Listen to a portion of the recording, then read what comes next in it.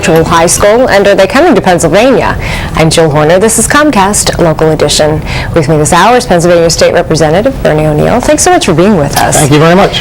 Explain to us a little bit about what this concept actually means. What is a virtual high school? Well, basically what it is it's a school.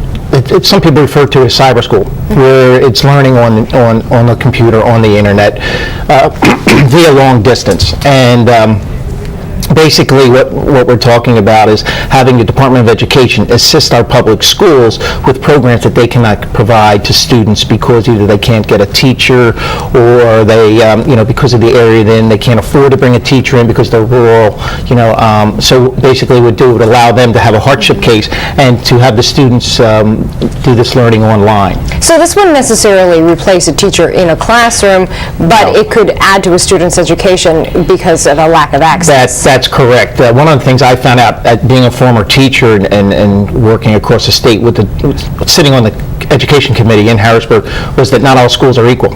And I was shocked to learn, here I taught in Bucks County for 25 years and find out that, schools across the state aren't like all of them in Bucks County.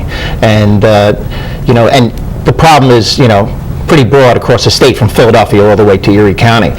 So basically what this would do is it's not going to replace the teacher. The students will actually do this at their school, supervised by a certified teacher. It's just that if, like for example, if you're in a rural area and you need AP English and you only have 3 or 4 students who qualify for AP English, well, you can't really afford to bring in a teacher.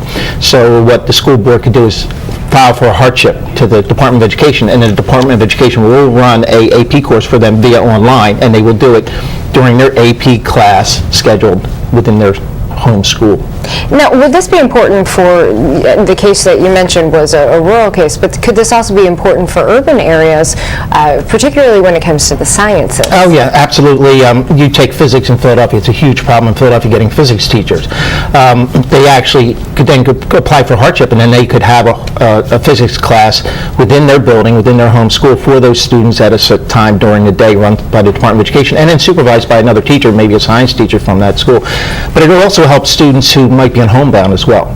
So instead of sending a tutor to the house for 2 days a week, for a couple hours, they literally could do their full education while they're at home until they can come back to school as well. This is something that you've worked on for a while at this point, but a commission was actually formed. What was learned by studying this issue at a statewide level and really looking at it in depth for the last year? Well, basically what happened was we introduced the legislation, the commission form. We worked for over a year, and it finished its work this past fall and filed a report with the state. Basically what we learned that this need does exist, and what this need would bring, and it would equalize, as we thought, education across Pennsylvania. A lot of new things came out of it, of how you would administer it, how you would service it, who would actually be doing the teaching, and so forth.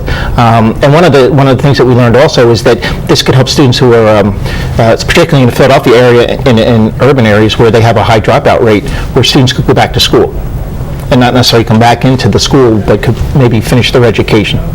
What about the costs associated with a program like this? Well, that's what we're going through now.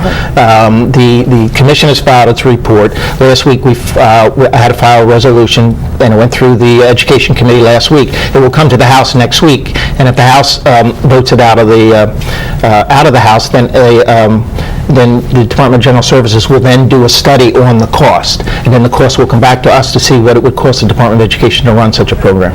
Would there be oversight by the Department of Education for all of this? Because there has been quite a bit of concern about cyber charter schools. Yes, no, complete oversight. It will be run by the Department of Education. They will complete oversight. It will be based on statewide curriculum and standards. So, the same standards for a physics class in Philadelphia via the cyber school or the virtual reality high school will be the same as a cyber class with the teacher in the class, or not a cyber class, but the same as a physics class with the teacher in the classroom in a Bucks County school. So they'll be getting the same material. Please come back and give us an update. Let us know how this is moving forward. I'll be glad to. Thank you. Thank you. We've been talking with Pennsylvania State Representative Bernie O'Neill. I'm Jill Horner for Comcast Local Edition.